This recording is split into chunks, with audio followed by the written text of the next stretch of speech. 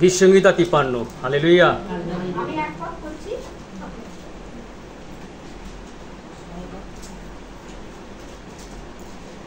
প্রধান বার্ধক্যের জন্য সবাই পেয়েছে? স্বর মহল্ল দাউদের মসজিদ। বুড়ো মনে মনে বলিয়াছে, ঈশ্বর নাই, তাহারা নষ্ট, তাহারা ঘৃণা ও অধর্ম করিয়াছে, সৎকর্ম করে এমন কেহই নাই। ঈশ্বর সৎকর্মের সন্তানদের প্রতি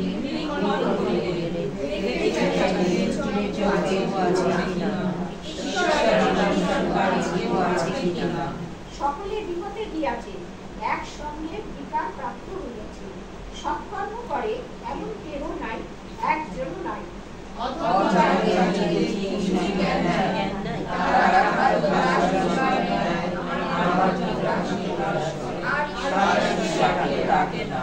ভয়শূন্য স্থানে তাহারা বড়ই ভয় পাইত, কেননা তাহারা তাহাকে অবরোধ করে, ঈশ্বর তাহাদের অস্থির ছড়াইয়া হইল। তুমি তাহাদিগকে লজ্জা দিয়াছ, কারণ ঈশ্বর তাহাদিগকে অগ্রাহ্য করিয়াছেন।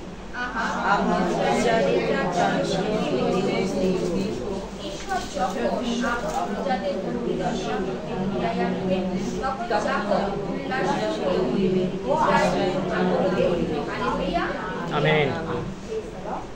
খুব সুন্দর বাক্য, তাই না? দাউদ সেদিকে বলছে মূঢ় মনে মনে বলিয়াছে, কে বলছে? মূর্খ। যারা মূর্খ তাদেরকে বলে মূঢ়, তাই না? তাই বলছে ঈশ্বর নাই। মূর্খ যারা, যারা ঈশ্বরকে জানে না, চেনে না, যারা জগতের মধ্যে বাস করছে, তারাই এসব কথা বলে। কিন্তু যারা ঈশ্বরকে ভালোবাসে, যারা ঈশ্বরকে জানে, তারা কখনো এ কথা বলবে না। তাই বলছে দাউদ সেদিন বলছে যারা মূর্খ তারা বলছে ঈশ্বর নাই। বলছে তাহারা নষ্ট, তারা ঘৃণা ও অধর্ম করিয়াছে।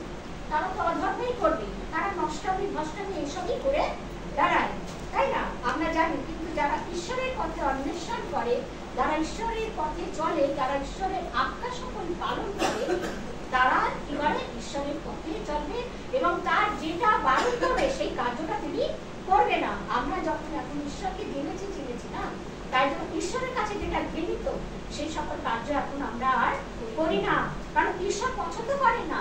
বলছে তোমরা যখন আমাকে চিনেছো, জেনেছো, তোমরা অসৎ কর্ম থেকে তোমরা কি করো? দূরে সরে থাকো, সৎ কর্ম করো, কারণ ঈশ্বর পবিত্র। তাই বলছে আমি পবিত্র, তোমরাও পবিত্র হও, কারণ পবিত্র না হলে ঈশ্বরের কাছে আসা যায় না। আজ তিনি আমাদেরকে আহ্বান করেছেন, ডেকেছেন, তাই না? আজকে কি সবাই আজ আমরা আসতে পেরেছি কেন? ঈশ্বরের আহ্বানে আমরা সাড়া দিয়েছি। কিন্তু অনেকে কি করে? যে দেখেছে বাবা যাবো না, এখন আমরা বসে থাকি। কিন্তু না, আমাদের যতই শরীর খারাপ হোক, আমরা জেনে গেছি তার কাছে যদি আমরা ছুটি, তিনি আমাদের সেই সকল থেকে উদ্ধার করতে সক্ষম। কারণ তিনি আমাদের উদ্ধারকর্তা, কারণ তিনি আমাদের নির্মাণ কর্তা। তিনি নির্মাণ করেছেন মাতৃর জঠরে, একটু একটু করে বুনেছেন। তিনি আমরা তাই, তাই না? আজ তিনি আমাদের মাতৃর জঠরে বুনেছেন বলে, মনোনীত করেছেন বলে আজ আমরা তার চরণে আসতে পেরেছি। সকলেই কি এসেছে? সকলেই কি আসতে পারে? আসে না। কিন্তু জগতে এখন কত মানুষ আছে না, তার কার্যকে তারা জানেই না যে তিনি কি? তিনি সর্বশক্তিমান একমাত্র ঈশ্বর, তিনি সকলেই করিতে পারেন। তাই বলছে বিশ্বাস দ্বারা আমরা যখন এক বাক্য করি, আমরা বাক্য বলে যে বিশ্বাস করি, আমরা কি একদিনে সবাই বিশ্বাসী হয়েছি? না, আমরা কি করেছি? বাক্য পড়ে পড়ে ঈশ্বরের কাছে আস্তে আস্তে আমরা বিশ্বাসী হয়েছি না, শুনেছি। এবং ঈশ্বরের কি বলছি? ও এক সাক্ষ্য দিচ্ছে, ও এক সাক্ষ্য দিচ্ছে, এইগুলো শুনে শুনেই আমরা কি হয়েছি? বিশ্বাসী হয়েছি। যে আমরা ঈশ্বরের কার্যকে আমরা কি করছি? দেখতে পাচ্ছি না, যে আমাদের জীবনে ঈশ্বর কত মহৎ মহৎ কার্য করছে। কিন্তু জগতে যারা বাস করে, যারা ঈশ্বরকে চেনে না, তাদেরকে বুড়ো বলা হয়েছে। তারা কি করে? তারা ঈশ্বরের পথ ছাড়া, ঈশ্বরকে যখন জানে না, তারা অন্য জায়গায় দৌড়ায়। কিন্তু আমরা এখন জেনে গেছি ঈশ্বর আমাদের সকলেই করতে পারে, সকলেই সম্ভব তার কাছে। কেন? আমরা তাহার সৃষ্টি, তিনি আমাদের কথা শুনতেন না, এখন কোনো হয়। কিন্তু আমি ছিলাম, আমি বড় জাতি, আজ আমি ঈশ্বরকে জেনেছি, চিনেছি, তাই তো আজ ঈশ্বরের চরণে এসেছি, তার কার্য দেখেছি, তিনি কত মহৎ মহৎ কার্য করেছেন আমার জীবনে। তাই তোমাকে ধন্যবাদ করি। তাই বলছে সৎকর্ম করে এমন কেহই না। আমরা সকলেই পাপী।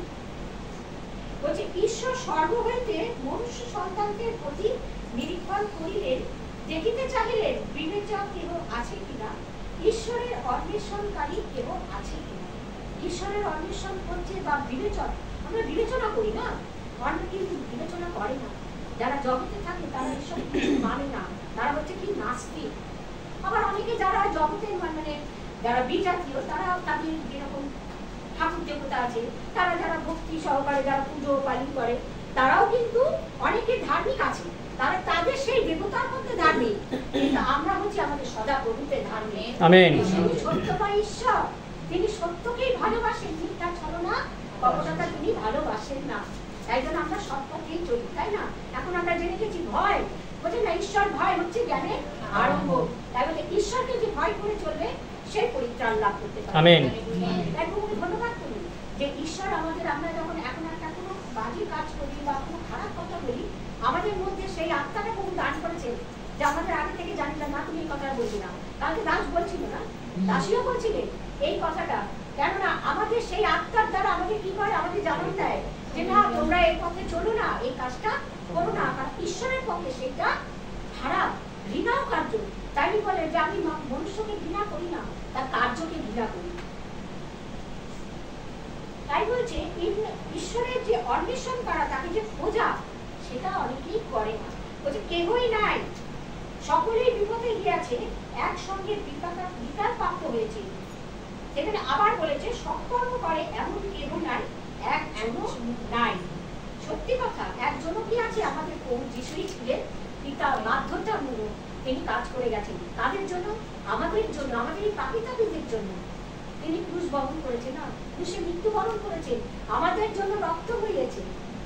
তাই জন্য তাই আমরা সেই পাপের জগৎ থেকে কি পেয়েছি? মুক্তি পেয়েছি, তাই না? তাই তোমাকে ধন্যবাদ করি। তাই বলছে অধর্মচারীর কিছুই জ্ঞান নাই। যারা অধর্মচারী, যারা ঈশ্বরের জ্ঞান নাই, জগতের জ্ঞানে মত্ত হয়ে রয়েছে, তাই তো ঈশ্বর কি বলেছে জগতের জ্ঞানকে তিনি কি করবেন? মূর্খতায় পরিণত করবেন। জগতের জ্ঞানে কিচ্ছু যায় আসে না ঈশ্বরের। বলছে ঈশ্বর তার জ্ঞান নেই। যারা মূর্খ, যারা ঈশ্বরের মানে যিশুর শিষ্য ছিল, তারা কি সকলেই কি ছিল? সকলেই জ্ঞান ছিল না, কিন্তু ঈশ্বরের জ্ঞানেই তারা কি হয়েছে? জ্ঞানবান হয়েছে। তাদের ঐশ্বরিক জ্ঞান তাদের মধ্যে ঈশ্বর দান করেছিলেন, সেই জন্য তারা অশিক্ষিত হলেও তারা মহৎ মহৎ কার্য করেছে। তাই জন্য প্রভুকে ধন্যবাদ করি। আজও হচ্ছে যারা সৎ পথে কার্য করছে। এই যে একটু আগে সাইনা বলছিল না, কত মানুষ অধর্মচারী ভাবে কথা বলছে, তারা অনেকে কি করছে? ভুল নাম দিয়ে অনেকের মধ্যে সেই বীজটাকে বুনছে। সেই বীজ যেন আমরা না বুনি। এটা ঈশ্বর আমাদের কিভাবে দণ্ড দেবে, আমাদের পাপ। আমরা যখন ঈশ্বরের বিরুদ্ধে যেটুকু বাইবেল থেকে জেনেছি, সেই কথাটুকুই যেন আমরা মানুষকে বলতে পারি, তার ঊর্ধ্বে কিছু নয়। আমরা ঈশ্বর আমাকে যেটুকু জ্ঞান দিচ্ছে আমি সেটুকুই বলবো, তার বেশি কিছু বলবো না। কারণ আমি যতটা জানবো, আমি কেন বাড়িয়ে বলবো যে আমি সব জানি? আমি কিছু জানি না। আমরা নিজেরা শূন্য, জিরো। দাসী বলে না, আমরা সকলেই জিরো। ঈশ্বরের জ্ঞান পাওয়া অত সোজা নয়। ঈশ্বরের তাই বলছে অন্বেষণ করতে হবে। ঈশ্বরকে যদি আমরা অন্বেষণ করি তাহলেই আমরা পাবো, তা না হলে পাবো না। তাই বলছে ঈশ্বরকে কেউ ডাকে না। যারা অন্ধকে যারা, তারা ঈশ্বরকে ডাকে না। আমাদের যারা বিশ্বাসী বর্গ, তারাও অনেকে যারা পেয়ে যায়, তারা ঈশ্বর থেকে কি হয়? দূরে সরে যায়। তখন তারা ঈশ্বরকেও ডাকে না, তারা ভুলে যায় যে আমি ঈশ্বর থেকে কি পেয়েছি। তাই ওকে ধন্যবাদ করি, তিনি আমাদের অনেক কিছু জানান দিচ্ছে। যিশাও ভাওবাণীতে 44 অধ্যায় বলেছে, আমি তোমাদের আহ্বান করেছি, আমি তোমাদের ডেকেছি এবং আমি তোমাদের নিয়োগ করছি, ধারণা দিচ্ছি তোমরা এই পথে চলো, সৎকর্ম করো, সৎভাবে জীবনযাপন করো, মানুষকে ঠকিয়ে না, এবং আমার বাক্য সকলকে কি করো? তোমরা পালন করো। আজ্ঞা পালনেই হচ্ছে মহালাভ। আমরা ঈশ্বরের বাক্যকে যেন আমরা অনুভব করি। ঈশ্বর কি বলতে চাইছে? তিনি বলছেন তোমরা অনেক কিছু জানো না, আমি তোমাদের জানাতে এসেছি, তোমরা শোনো এবং সেটাকে হৃদয় গেঁথে রাখো, এবং তোমরা আরেকজনকে সেই বাক্যটা বলো। এবং তোমাকে অনেকে অগ্রাহ্য করবে, ঈশ্বরকেও তো অগ্রাহ্য করেছে, অগ্রাহ্য করেছে, তাকে মানেনি, সে কত জায়গায় প্রচার করেছে, তাকেও তো কত লাঞ্ছনা খেতে হয়েছে। তা ঈশ্বরের জন্য আমাদেরকেও সেটা করতে হবে যে না, ও বলছে বলে আমি ওখানে যাবো না। ঈশ্বর বলছে যেখানে তোমাকে যাইতে হবে সেখানেও তোমাকে যাইতে হবে। ঈশ্বরের বলছে সেখানেও তোমাকে যেতে হবে, যেন আমরা সেখানে গিয়েও ঈশ্বরের কথা বলি। সে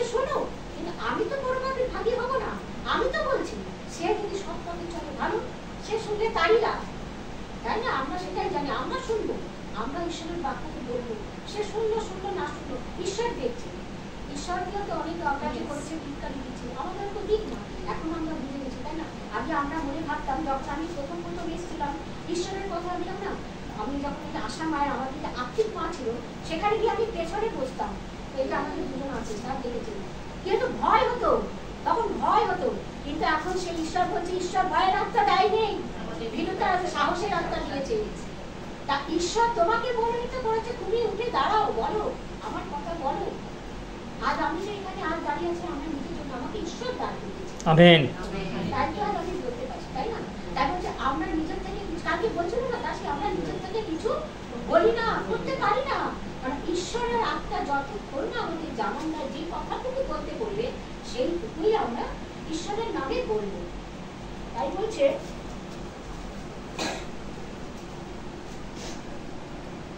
তাহারা ঈশ্বর বলছে, যারা তোমাদেরকে অবরোধ করে, যারা তোমাদেরকে আঘাত দেয়, ঈশ্বর তাদের আঘাত দেবেন এবং তাদেরকে কি বলেছে, লজ্জিত করবেন।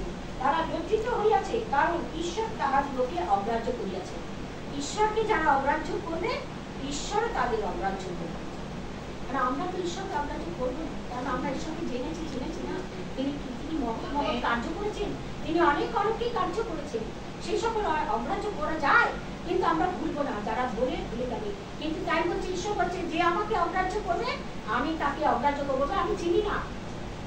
সেদিন 10 জন কুমারী ছিল না, 10 কুমারীর মধ্যে গল্পটা প্রদীপ দিয়েছিল, তাদের মধ্যে 5 জন ঢুকেছিল আর 5 জন যেতে পারেনি। কেন যেতে পারেনি? তাদের মধ্যে সেই প্রদীপ হচ্ছে ঈশ্বরের বাক্য, সেই প্রদীপ হচ্ছে হৃদয়, হচ্ছে প্রদীপ, আর বাক্য হচ্ছে তার তৈল। সেই তৈল হচ্ছে বাক্য, তার হৃদয় যদি বাক্য না থাকে, সে ঈশ্বরের রাজ্যে প্রবেশ করতে পারবে না। আমাদের দ্বার হচ্ছে প্রভু যিশু। তাই বলছে, যে আমার দিয়ে প্রবেশ না করবে সে পিতার রাজ্যে প্রবেশ করতে পারবে না। তাই কোনো বারবার এই কথা বলছে, যেন আমরা ঈশ্বরকে ভয় করি, তাকে ভয় করে চলি, তার আজ্ঞাকে যেন পালন করি, তাহলেই আমরা সে স্বর্গের রাজ্যে অধিক করতে পারবো, তা না হলে পারবো না। ঈশ্বর ভয় তো জ্ঞানের আরম্ভ। তাই বলছে, ইসরায়েল পরিত্রাণ শিয়ন হইতে উপস্থিত হয়। শিয়নই সেই ঈশ্বরের পা দেখা দিচ্ছে, তাই না? ঈশ্বরের পথে থাকে। তাই বলছে, ঈশ্বর যখন আপন প্রজাদের বন্দী দশা হইতে ফিরাইয়া আনিবেন, তখন যাকব উল্লাসিত হইবে, ইসরায়েল আনন্দ করিবে। বন্দী দশা মানে শয়তানের কবল থেকে যখন আমরা, পাপের থেকে বন্দী দশা মানে কি? পাপের আগে আমরা পাপে লিপ্ত ছিলাম না সকলে, সেই পাপ থেকে তিনি আমাদের কি করেছেন? উদ্ধার করেছেন। তিনি উদ্ধার করেছেন বলেই আজ তার চরণে আমরা দাঁড়াতে পেরেছি, আসতে পেরেছি। আজ আমাদের যদি তিনি উদ্ধার না করতেন, তাহলে কি আমরা আসতে পারতাম? তিনি আমাদের নাম ধরে বলছে, আমি তোমাদের নাম ধরে ধরে রেখেছি। যিশায়া 45 অধ্যায় 22 পদ থেকে 25 পদের মধ্যে এসব কথা লেখা আছে। আমি তোমাদের ডেকেছি, তোমরা আমার অন্বেষণ করো, আমার দিকে দৃষ্টি রাখো, তাহলেই তোমরা কি পাবে? পরিত্রাণ লাভ করতে পারবে, নচেৎ পারবে না। একটু আগে বলছিল না মূল্যের সাদা যে বছর, যে একটি বাক্যে বছর খাবে, সেই প্রত্যেকটা বাক্যেই বছর খাবে। কারণ আমরা বাক্যকে যেন অবহেলা না করি, বাক্যকে এই বাইবেল থেকে যেন আমরা সম্মান করতে পারি, তার আজ্ঞা সকলে যে না বাবা দিয়েছে, বাবা আমরা চলছি। ঈশ্বর দেখছে ওপর থেকে, বলছে ঈশ্বর নিরীক্ষণ করছে, তিনি উঠে থেকে নিরীক্ষণ করেন কোন সন্তান আমার কতটা কে পালন করছে, কে আমার অবাধ্য, কে আমার আজ্ঞা সকল পালন করছে, আমার দেখানো পথে চলছে, ধর্ম পথে চলছে তো, ধার্মিকতার অনুসরণ করছে তো।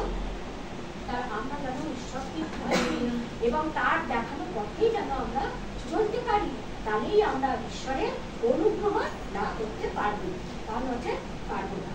ঈশ্বরকে ধন্যবাদ করি এই সুন্দর বাক্য। Amen, hallelujah, praise the Lord.